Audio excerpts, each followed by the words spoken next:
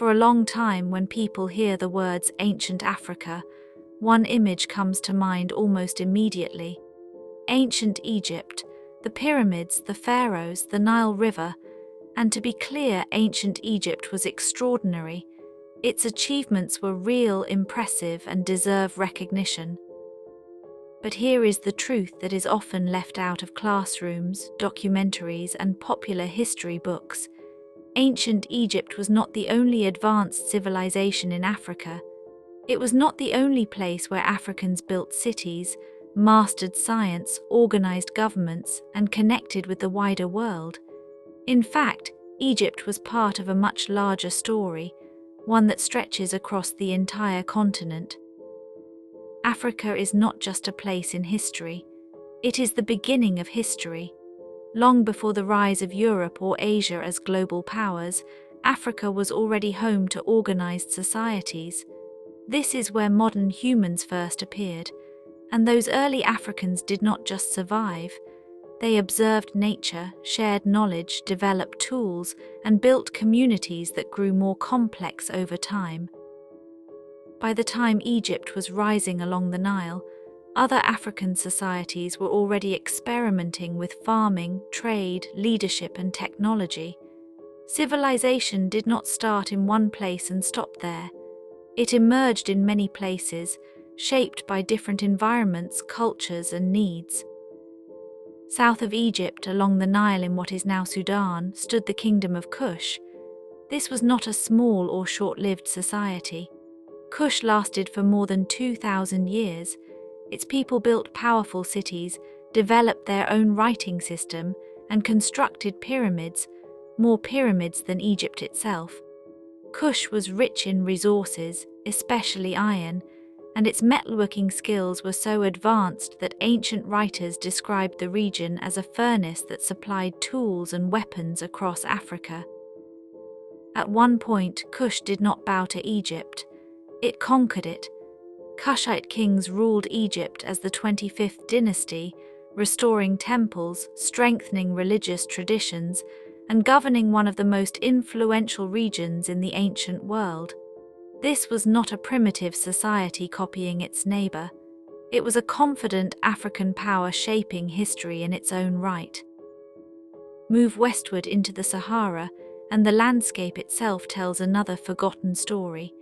Today it is a vast desert, but thousands of years ago, it was green and full of life. People lived there, herded cattle, farmed the land, and created stone monuments and ceremonial sites. Rock art across the Sahara shows complex spiritual beliefs, astronomy, and organized social life. When the climate changed and the land dried up, these people did not disappear. They migrated, carrying knowledge and culture with them. Some of that knowledge helped shape societies further south, including the Nok culture in what is now Nigeria. Over 2,000 years ago, the Nok people created lifelike terracotta sculptures with detailed facial expressions and hairstyles. When these artworks were first discovered, historians were stunned by their sophistication. But art was not their only achievement. The Nok were among the earliest iron smelters in Africa, producing tools and weapons that supported farming, trade, and population growth. Long before iron became common in Europe, African societies were already mastering it. As centuries passed, powerful states rose across West Africa. Ghana, Mali, and Songhai became empires, not by accident, but through organization, trade, and leadership. These empires controlled major trade routes that connected Africa to North Africa, the Middle East, and beyond. Gold, salt, and knowledge flowed across the Sahara. Mali, under the rule of Mansa Musa, became legendary. His wealth was so vast that during his pilgrimage to Mecca, he distributed so much gold that it disrupted economies in the regions he passed through. But Mali's greatness was not just about wealth. Cities like Timbuktu and Djenné became centers of learning, home to universities, scholars, and libraries. People studied law, mathematics, astronomy, medicine, and philosophy. At a time when much of Europe struggled with widespread illiteracy, West African scholars were writing books by hand and debating ideas that shaped global knowledge. Along the eastern coast of Africa, a different kind of civilization flourished. The Swahili city-states, such as Kilwa, Mombasa, and Zanzibar, rose along the Indian Ocean trade routes. These were African cities with stone buildings, busy ports, and international connections, stretching to Arabia, India, and China. African merchants traded gold, ivory, and textiles, and imported porcelain, spices, and silk. Swahili culture blended African traditions with influences from across the ocean, proving that Africa was not isolated, but deeply connected to the wider world. Further south in the heart of the continent stood Great Zimbabwe. Massive stone walls towered over the landscape, built without mortar, fitted together with precision that still amazes engineers today. This was not a random settlement. It was the center of a powerful society involved in long-distance trade.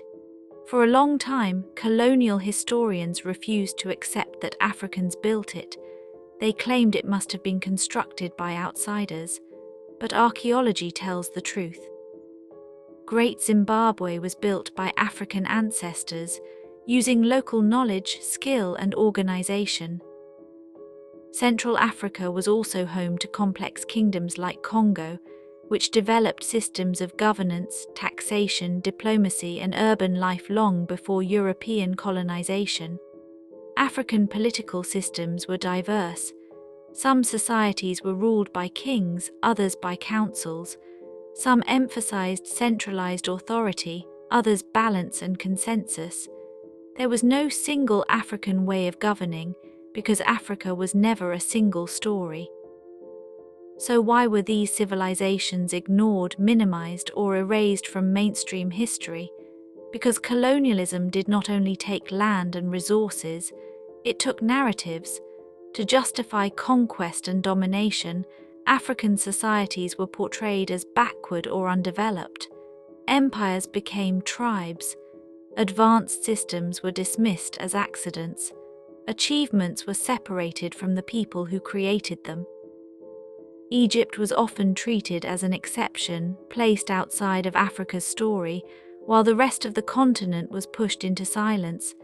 But history does not disappear forever. It waits. Today, archaeology, oral traditions, and African scholars are bringing these stories back into the light. This is not about exaggeration or pride. It is about accuracy.